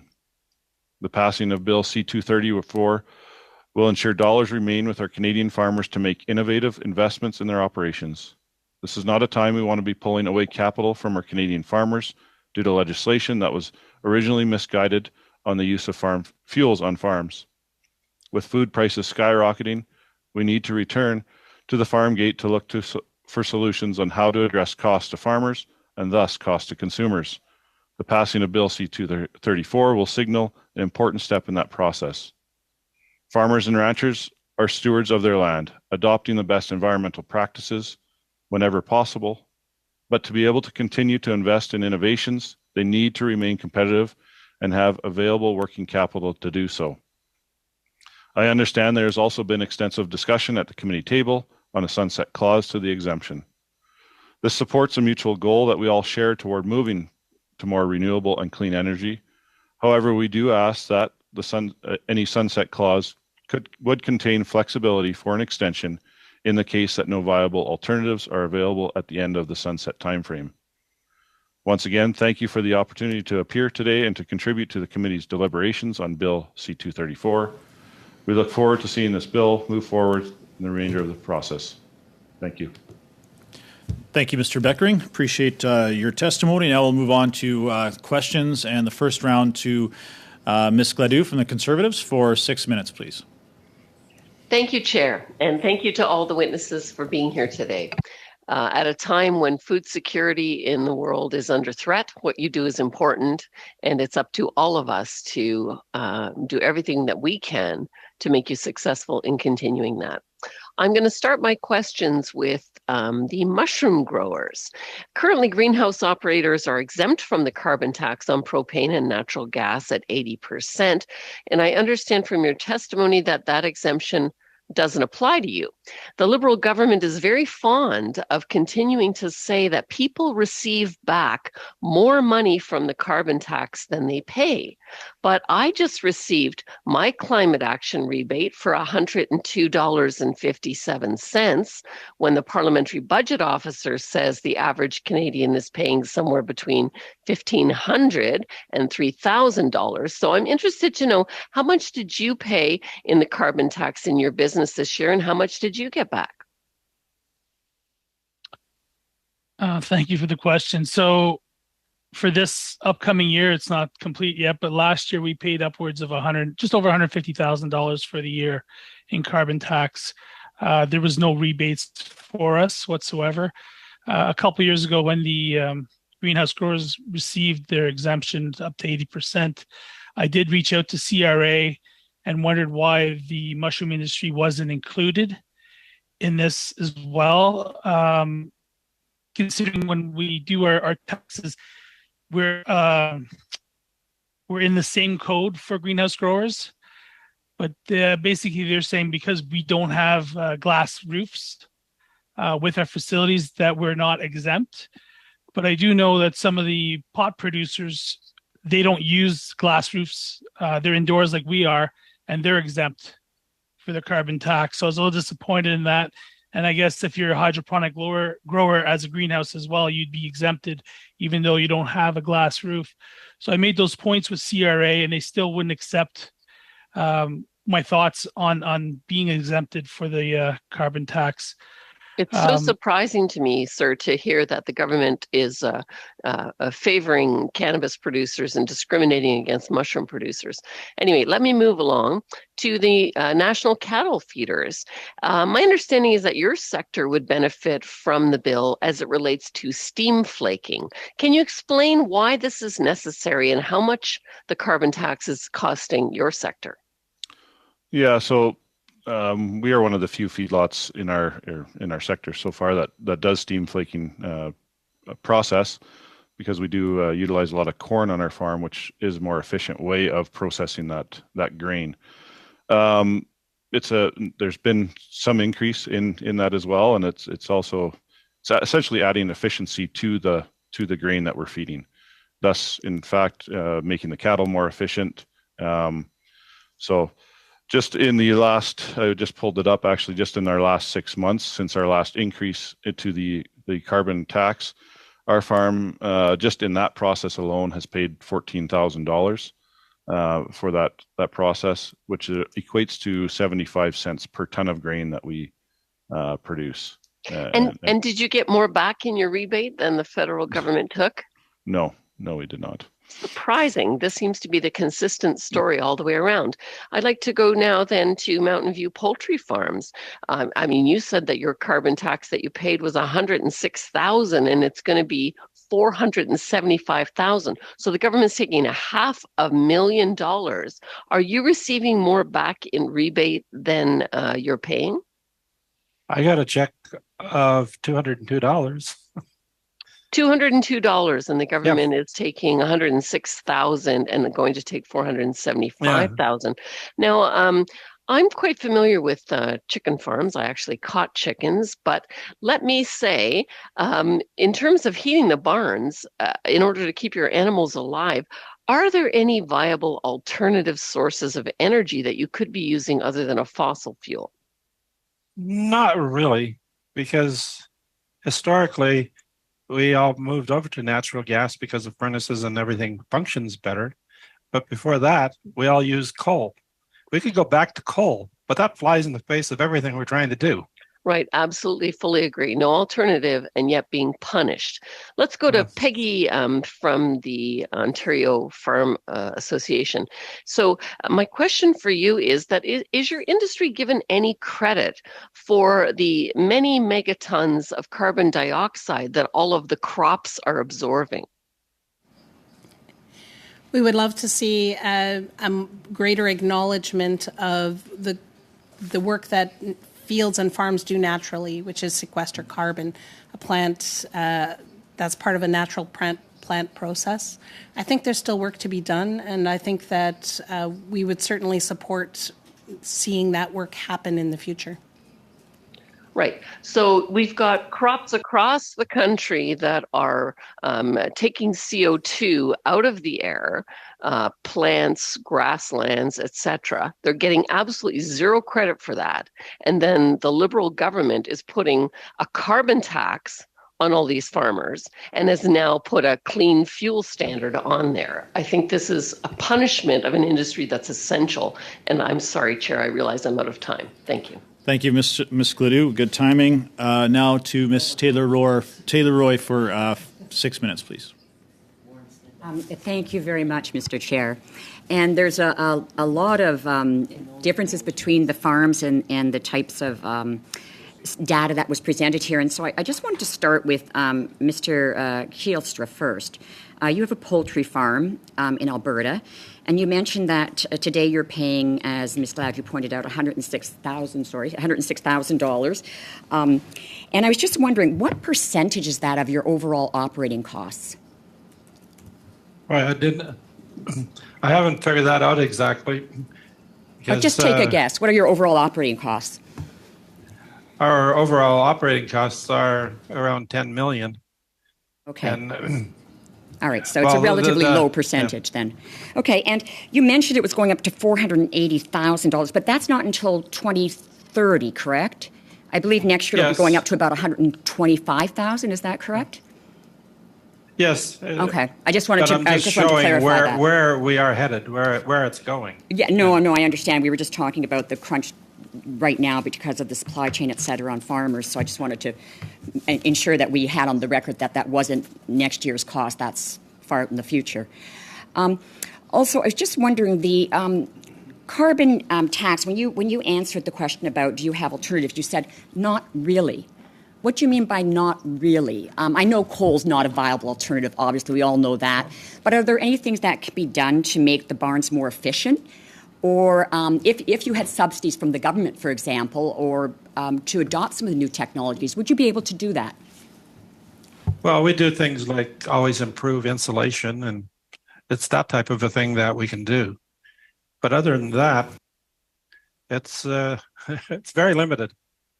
And have you improved insulation in all of your barns? It's an ongoing thing.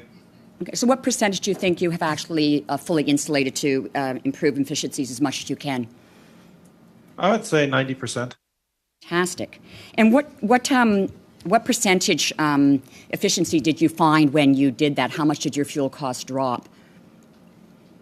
Oh, probably 15, 20%. 15 or 20%. That's great. So it's more than the price that's put on pollution then, which is good, which shows that. So I wanted to go then because we were talking about returns on investment, and I think it was Ms. Breckveld that was talking about that because it's in this context. So when we're looking at the price on pollution, which is obviously a cost that's added or put on the emissions, not on farmers, but on the emissions that they've emitted into the environment, I'm just wondering, we were talking about the return on investments, Ms. Breckveld, and part of the calculation, as I recall from my finance days, is that you look at the cost you're going to save when you calculate whether a new investment is worth making. So the price on pollution, rather than being a misguided policy, was actually one that was done intentionally to try and capture the true costs of pollution. So it's internalizing an externality, if you will. And when you do that, that allows people to look at their investments from a holistic perspective and see how much do you save if, in fact, we are looking at what pollution costs us as well as what you're going to save in immediate costs. So in those returns on investment, do the farmers calculate the price on pollution that they will avoid by making these investments? When farmers look at an investment, they're looking at what will be the bottom dollar at the end of the day.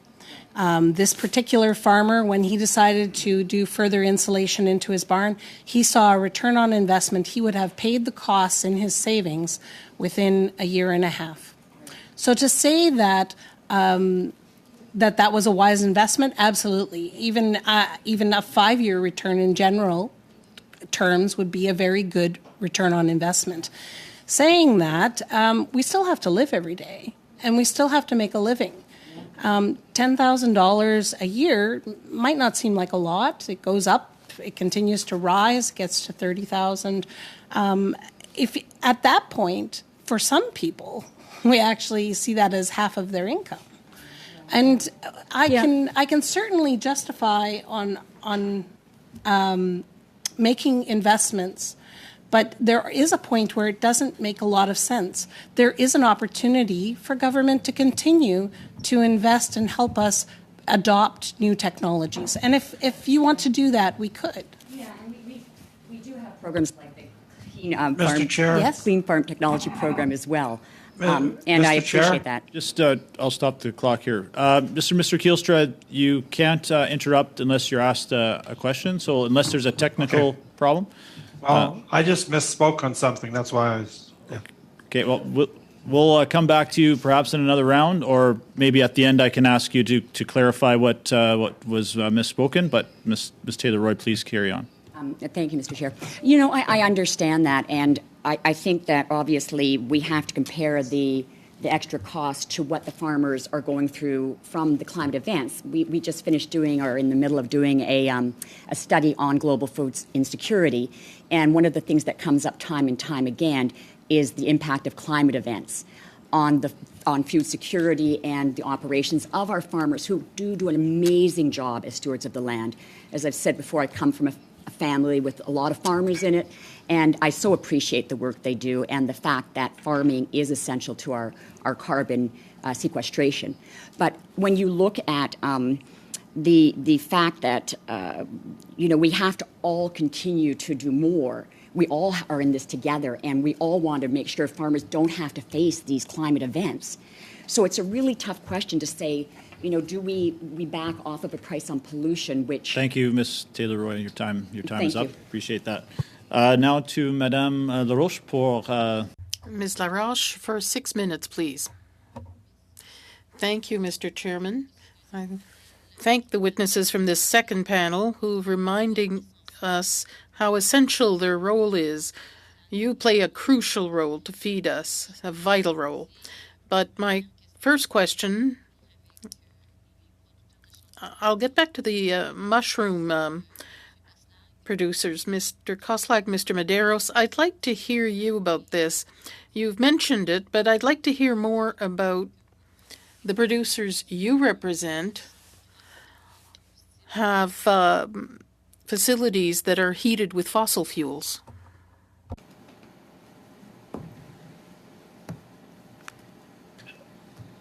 Thank you for the question. So if you look at mushroom farm, basically, we've got a superstructure. The superstructure is about 4 inches thick of insulation.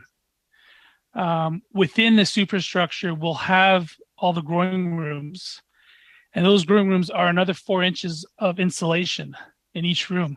So they're very well insulated to try to mitigate extra cost. The problem that we have is basically the fresh air that's needed. So come winter, we got to basically bring the outside air temperature up to about 14 to 15 degrees Celsius. So here in Ottawa, where basically I'm farming, we have winters of minus 30. So I've got to take the minus 30 fresh air coming in and bring it up to plus 15. And that's huge. About 3 years ago, me and my brother invested basically bringing in our own natural gas to our facility, which cost us almost $2 million because we were on propane before. Propane isn't as efficient as natural gas. So we did that to sustain our future, basically. We've also changed our routes of delivery. So we deliver 4 times a week to our retailers versus the traditional 6 times a week by saving about 20,000 kilometers per vehicle. So that's another 100,000 kilometers savings that we also did to help mitigate, using as much fossil fuels. We're trying our best to do that. The figure I gave earlier was just our carbon tax that we're paying on our natural gas and our diesel and colored diesel. All our input costs have gone up, and some of our suppliers have said. Yes, indeed. We see that the cost of inputs are high, and we'll get back to that. But you demonstrated very well that you've worked hard to find alternatives. You talked about natural gas, fewer deliveries, but what does the carbon tax represent for a mushroom producer like you? How much money? So the carbon tax for us, basically, the actual carbon itself that we pay is about $150,000 a year, but it's all the other input costs that basically our transportation that we pay have excess carbon tax on it. So when we have trucks bringing us material, they've got extra tax on their line item for carbon, and that's something that we haven't captured. It's really hard to capture that, all the different invoices. Our compost facility that we have, farmers have increased the price of straw and deliveries. It's all gone up, and it's due to high fuel costs and carbon tax, basically. Merci beaucoup.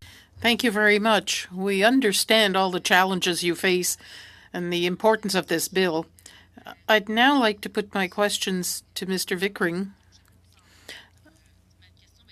My question is about agricultural facilities that house cattle. Is there any way to electrify the heating of barns, for instance? In Alberta, currently we all our cattle are housed outdoors. So the heating of the barns is not as significant as it is in the eastern cattle industry. The only barns that we do heat are the ones that we deal with, our medical barns and treating of the sick cattle. So it's not as a significant part of our operation as compared to the eastern cattle industry. Okay. But what would the challenge be if you were to electrify heating? But what I'd also like to know is, how could government give you more of a hand to reward those who already do their part for the environment, compensate you for sound environmental practices? What would those challenges be? I think some of the challenges have been talked about prior is just the technology, where it's going with electrifying some of the heating devices and their reliability, and to make sure that I think someone had pointed out that we need to make sure that our technology is running at all times. So we do not have the service people to service some of these newer technologies. Thank you, Mr. Beckering. Thank you, merci, Madame Laroche. Now to Mr. Massey for 6 minutes, please. Thank you, Mr. Chair. And I know you were here, Mr. Chair, when in 2019, I think of a theme here about fairness. Was what we're having. I mean, 2019, Loblaws got $12 million for fridges. They had, at that time, $800 million in profits alone. They got an investment of $36 million, so it was a $1 to $3 ratio. That year in 2018, they also got caught hiding money in the Caribbean and paid a tax of $368 million for that. And we can't forget that this was an organization that had a 14-year history of fixing the price of bread. I mean, this is one of the most important staples that we have, and it's nothing short of organized crime, really, at the end of the day, when you have that type of a long-standing organization. On my other committee, they also got magically, at the same time, rid of their hero pay the same day as the other grocery store chains. All three of them the same day got rid of it. I do want to go to the mushroom growers, Mr. Medeiros and Mr. Kosle. Is this what you're really seeing as an issue over fairness? Like where I'm from, just outside the Leamington area, there's mushroom farms right there next to greenhouse plants and operations. A lot of money's been gone into the investment for it, often using a lot of the same labor skilled force, trying to develop it. Very commonalities, and I was kind of puzzled why you can't get an answer from the Department of Finance, I believe it is, about that. So can you please highlight that? This seems to be a common theme about fairness, but not even getting an answer doesn't sound appropriate.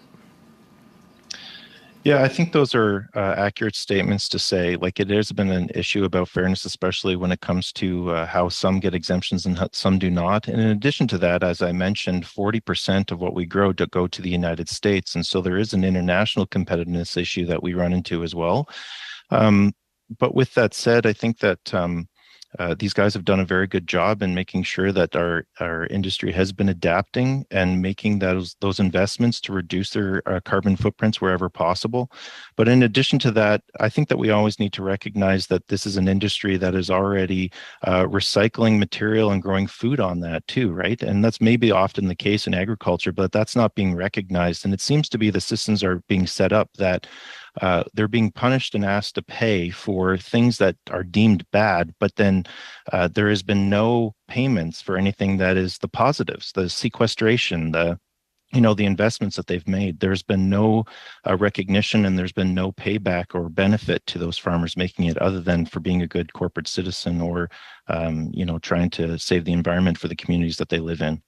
So Loblaws, in this situation, they got basically $1 of taxpayers' money for every $3 they put in. Does that sound a little generous to you? Or, I mean, are you looking for that, or are you just looking for a little bit more balance in terms of what's been invested? Like, what's your? I guess that's where the bill comes in. You see the bill finally provides some balance. I'll let Mike answer that. Yeah, so it doesn't seem very fair whatsoever. So when we did our transition to natural gas from propane, we were able to tap into a fund. Basically, we did get $24,000 to help offset the cost of bringing natural gas, or switching from propane to natural gas. But it did cost us upwards of $2 million to do that. But we knew for us to stay viable, we needed that, and that was part of our future. If we wanted to be sustainable moving forward. Dad, when he started the farm here back in '84, oil was really cheap back then, and all our input costs now are through the roof. So we needed to do what was best, and natural gas was the best, and anything that we could do to help us would be tremendous. But yeah, we don't get 33 cents on the dollar basically for anything we put in. We definitely don't get that. Yeah, your ratio is nowhere to be compared in that. I want to move to our guest that's here, Ms. Breckfield. With regards to some of the innovation that can be done, one of the things I asked the previous panel was the increased cost of borrowing that can happen right now. How do you think that's going to affect farmers with not only just inflation, but also to increase borrowing rates that the Bank of Canada is talking about doing? I have concerns about, especially if you're looking, and I think there was one witness that appropriately mentioned if there is a 10-year window is maybe to have a review so you give a heads up. For the SR&ED tax credits for a long time and write-offs, there's finally a system in place to give heads up for these things. But how important is it to have low-cost borrowing and amortization over a number of different years? And what's the concern, or is it a concern now with the rates going up and the cost of inflation to make investments that are going to make it cleaner and greener now? Borrowing costs are very significant to agriculture. In fact, many farmers have borrowed to their limit. And there are several options in borrowing. Some of them I'm not always sure are the best plan because sometimes farmers go too deep. I have significant concerns about the interest rate and the continuing renewal of loans. And as a federal government with Farm Credit Canada being a part of your package, I do think that this is something you need to keep your eyes on. I'll also say that it's about farmers can't do it without profitability. Whatever we do, including trying to find ways to be innovative and reduce costs, we're always looking at, we love the land, we love to farm, but at the end of the day, we still have to make a profit. We can't do it for free. You earlier, Taylor, Ms. Taylor, right? Thanks, Ms. Breckfeld. Thanks, Mr. Massey. Yeah, I'll now turn it over back to the Conservatives. Mr. Steinley for 5 minutes, please. Thank you, Mr. Chair, and I'll be splitting my time with Mr. Lehoux, so 2.5 minutes each. I would really like to let Mr. Kielstra finish what he was going to say. He wanted to correct the record on something, so I'd give him some of my time to make sure that he has the appropriate information that he wanted to get out there on the record. When I was asked the question about the cost and the ratio, I gave a figure of 10 million, but that's more a fully operational thing. So I have to take the question under advisement to give a proper answer because that one is a wrong answer. Thank you very much. And I'll continue with a couple more questions, Mr. Kielstra. You were asked earlier how many of your barns have you upgraded with insulation and everything, and that the cost was probably significant. Was it more or less than $106,000 a barn to upgrade with insulation? And I don't know if you had better windows, but what amount of money were those upgrades, and would the carbon tax you paid cover those costs? They would have largely covered the costs because it'd be barn by barn. There's about 15 barns. And 2 years ago, we had a barn burned down and we went with a whole different style barn with tilt-up concrete. And that is a lot more energy efficient than the older barns. So it's something that is a moving target. And we have thought about the money that's available under the federal government's program of whatever we want to call it, where there's money available because of the trade agreements. We've thought about trying to enter into some of that to probably replace a few of the barns. Thank you very much, Mrs. Kielstra. And I just end with one comment is, as you can see, producers, farmers, they do reinvest into their barns when they can. When they have money, they reinvest it to make it more environmentally friendly, and it doesn't take a government program to do it. Producers do that because it's the right thing to do for the health of their herd and for the environment. So sometimes if you just give the money back into the producers' pockets, they're going to do the right thing with it. Thank you. Mr. Lehoux. Mr. Lehoux. Thank you, Mr. Chairman. I thank my colleague. My question is for Mr. Bakering. In your presentation, you talked about the flaker that had an important impact for your feedlots. Can you evaluate the cost that this may bring about, given the increase in the carbon tax that may happen? Yes, I can. Currently, for every metric ton of grain that we process costs The carbon tax alone is 75 cents. When we increase it going forward, it would be $2.50 per metric ton. Right now, we gain efficiencies by doing the steam flaking. So it is still cost effective for us to do this process because of the high commodity prices that we are currently facing.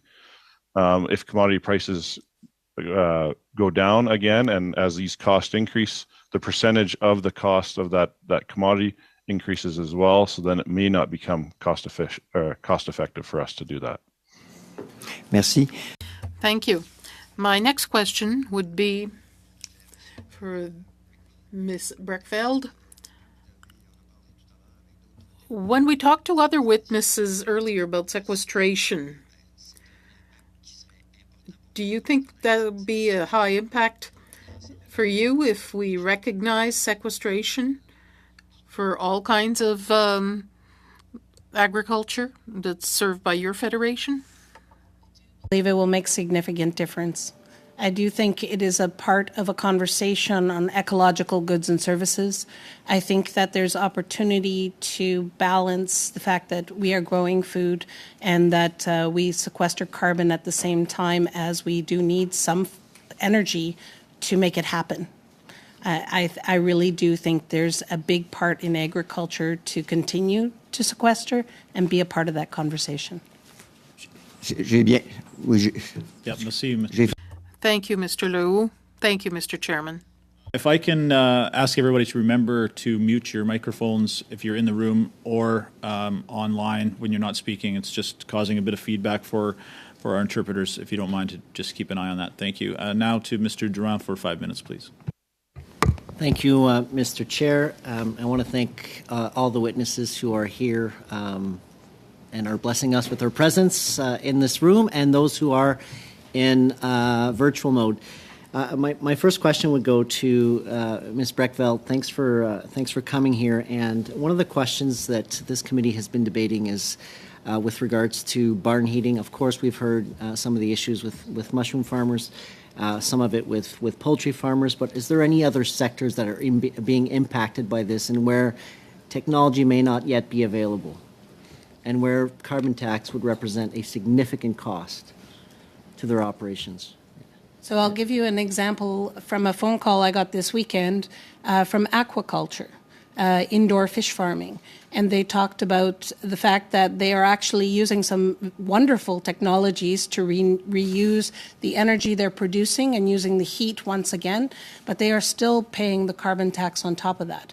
And it is pushing out some of the warm water fish type production here in Canada. So it has real consequences. Okay, and do we know, I mean, I'd love to get in touch with them and find out a little bit more as this committee is considering Bill C-234 in terms of the patenting cost that this has, the impact that this is having on costs. And I won't ask you about grain drying. I think we've had enough testimony to discuss this. My next question will go to the Mushroom Growers Association. Mr. Medeiros, thanks so much for appearing before our committee. And Ryan, it's great to see you through a virtual. I appreciate you guys being in front of this committee. I think mushrooms are a testament to the innovation that can happen in a sector. I know I was at Whitecrest mushroom operations down in Putnam, and robotics are playing a huge role into helping solve the labor challenges that are happening in ag in general.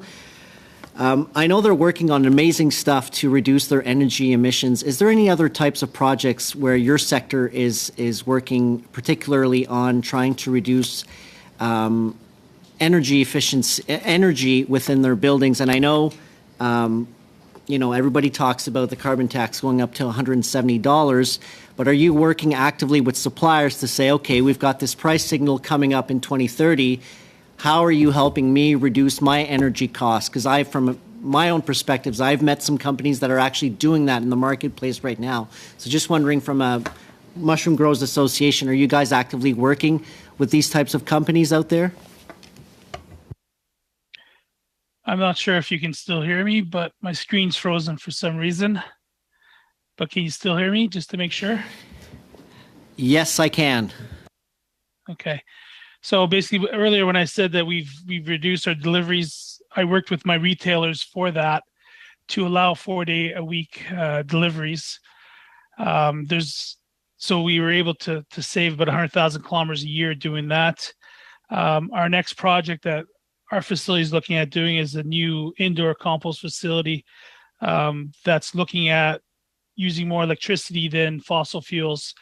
We're also any exhaust heat, we're also recapturing all that to use for heating. The interesting thing is that me and my partners that are looking to do this new facility, there's no funding for it to help out. This is all on our dime because it's a new building. It's a new company, sorry. So there's nothing out there that helps new businesses that will be energy efficient. Anything out there, they want you to be in business within 3 years. So if you decide to start a new business or company to be more energy efficient, there's nothing out there that you can tap in to help out. So basically, we're taking a big chance here to do this, but it's the right thing to do, and we believe in that. So we're trying our best. Yeah, happy to have this chat in terms of a new company, and I know normally you need at least 2 years of taxable income in order to qualify for either a bank loan or most government programs, but happy to have a chat, especially if Carleton Mushroom is backing them behind that. My question to the National Catterers Feeders Association, obviously part of this conversation is methane is a huge GHG emissions. We've had lots of chats at this committee with regards to 3NOP. How do you see the sector sort of implementing this widespread, and would you see your sector benefiting from either programs or some members have mentioned the Agri-Tech program here to help feeders in order to reduce their methane output, but is that something that you see as a positive? Really quickly, Mr. Beckering. Yes, I think the cattle feeding industry, I think, as you alluded to, some of these newer technologies, such as 3NOP, I think would be widely adopted at the feedlot industry because we can implement that fairly quickly compared to the larger cow-calf sector. But yes, Thank you. Thank you very much. Now to Madame Laroche for 2.5 minutes, please. Thank you very much, Mr. Chairman. I thank our witnesses for being with us. For my last turn, I'd like to talk to Ms. Kelstra. You talked about the poultry industry. I know I have chicken farmers in my riding who've informed me a great deal about the way they treat their livestock. You talked about that whole issue. But to manage that, I'd like to ask the same question I asked other witnesses. What could help you? Efforts are being made to recompense good practices, to have a transition so that we can feed ourselves in a greener way without as many greenhouse emissions. Is that for me or for Mr. Kestra? Yes, it's Mr. Kelstra, but if you want to answer too, because you're in front of me, I haven't asked you any questions yet, so Mr. Kestra or you as well. So I'd like to hear your views on these exemplary practices.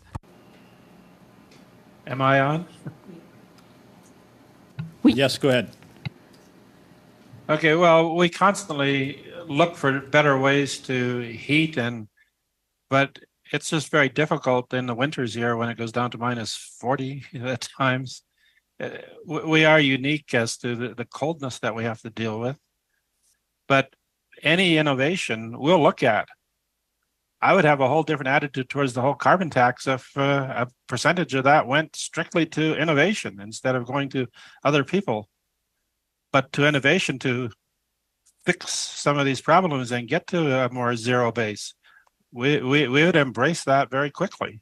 So I don't know what else to say about it. Like, the people have talked also about biomass and stuff. Well, there's a huge infrastructure you need with that. And if you need digesters and that, our operations in Canada are not big enough for that. And you won't get the heat you need. So So we're constantly looking. Merci beaucoup. Et comme je vous Thank you very much. I have two witnesses to whom I hadn't put questions, so could you express your views on that in a few seconds, please? Well, incentivize best management practices on the field, in the barn, etc. The second is, the question is, food is for everyone, then why is just the farmer bearing the brunt of the cost? It's a society Thanks, thing. Ms. Breckfeld. Sorry. I have to cut you off there. Sorry about that. Now, Mr. Massey, for 2.5 minutes, please. Thank you, Mr. I'll give Ms. Breckfeld the final word here. And just to also just, in terms of general aid for farmers, so where I'm from, a lot of the industry, and reference Ottawa and so forth, like our workers, they're also transitioning at home into a cleaner, greener environment.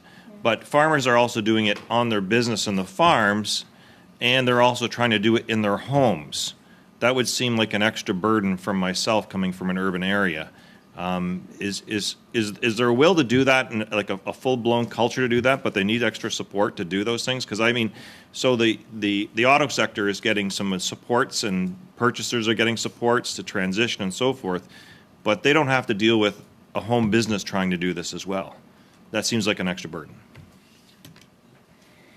So there's definitely going to be a time of transition as farmers move towards better practices. They are doing great practices. Don't get me wrong. Lots of good things happening, but we can continue to build and grow and be better. There's always room for improvement. Saying that, that transition has to come with some investment from society and from government, because they are the purse holders of society often. I really think that there's opportunities to help us to continue to invest and to do more insulation, continue to buy and enhance grain dryers, etc. Lots of opportunity to continue to get better, and there's a place for dollars to come from government because it will benefit society as a whole. Thank you. Thank you, Mr. Chair. Thank you very much, Mr. Massey. Since we have another minute or two here left, I just wanted to ask a couple of questions that I think came up during the testimonies, which I thought were interesting. Mr. Kielstra, you mentioned, and I think Mr. Beckering did as well, about the concern that this would have around animal health as well, which I don't think is a subject we've talked about a lot during this testimony. But maybe, Mr. Kielstra, can you tell me how, square footage wise, how big are the 15 barns that you have that you mentioned on your poultry farm? How much energy is needed to ensure you keep that to that plus 30? And how important is it to keep that temperature? You probably need a very dependable and reliable energy source. Maybe talk about the importance of that when it deals with animal health. The barns are anywhere from 10 to 15,000 square feet. But the important thing is that we can have that 30 to 32 Celsius temperature, and we have to get to there in order for those little birds to survive. And if if there's a faulty furnace or something, it doesn't take much, and we have 5,000 little dead chickens. So if we done this to go with the spirit and intent of the carbon tax, we would do everything to reduce it, but we can't. We are locked in that those are the type of temperatures you need in order to raise these little birds. Right. So you were talking about other technology that may be available. Biomass has been talked a lot. Heat pumps have been talked somewhat in this committee.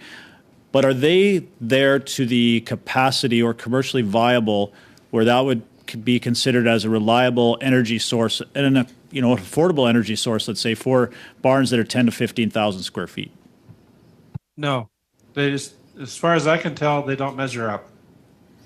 Thank you very much. I appreciate everyone's time here today, and thank you very much for your testimony. I will now bring this meeting to a close, and I'll welcome or entertain a motion to adjourn. Yes. Mr. Steinley? Adjourned. Thanks, everybody. Thanks, everyone. Thanks, Mr. Chair.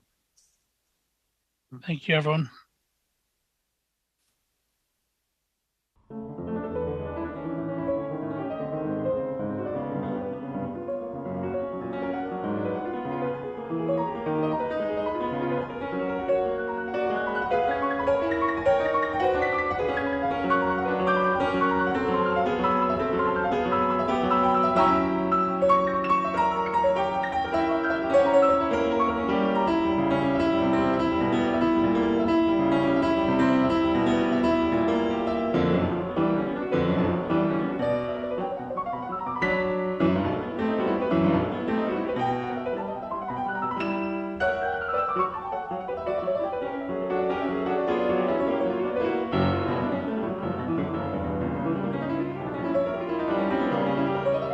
you.